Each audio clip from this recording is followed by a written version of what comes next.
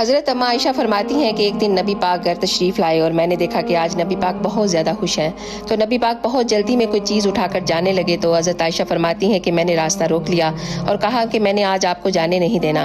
तो आपने फरमाया कि आयशा मेरा कोई इंतज़ार कर रहा है। तो अम्मा आयशा फरमाती हैं कि आप मेरी बात सुने बगैर नहीं जाएंगे।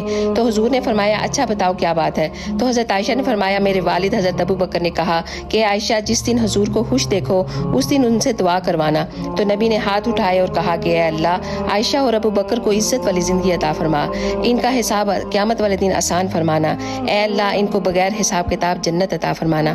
हजूर ने जब दुआ की तो फरमाया कि आयशा अब खुश हो। कहा हाँ अब मैं बहुत खुश हूँ। तो हुजूर जाने लगे तो लौट आए और फरमाया कि आयशा मेरी दुआ सुनकर रो रही हो, मुझे कसम है अल्लाह पाक की मैं अपने हर उम्मती के लिए ये दुआ दिन में 2 दफ़ा ज़रूर मांगता हूँ। सुभान अल्लाह। अल्लाह ताला हम सबको अपने नबी के हुक्म पे चलने की तौफीक अता फरमाए। आमीन या रब।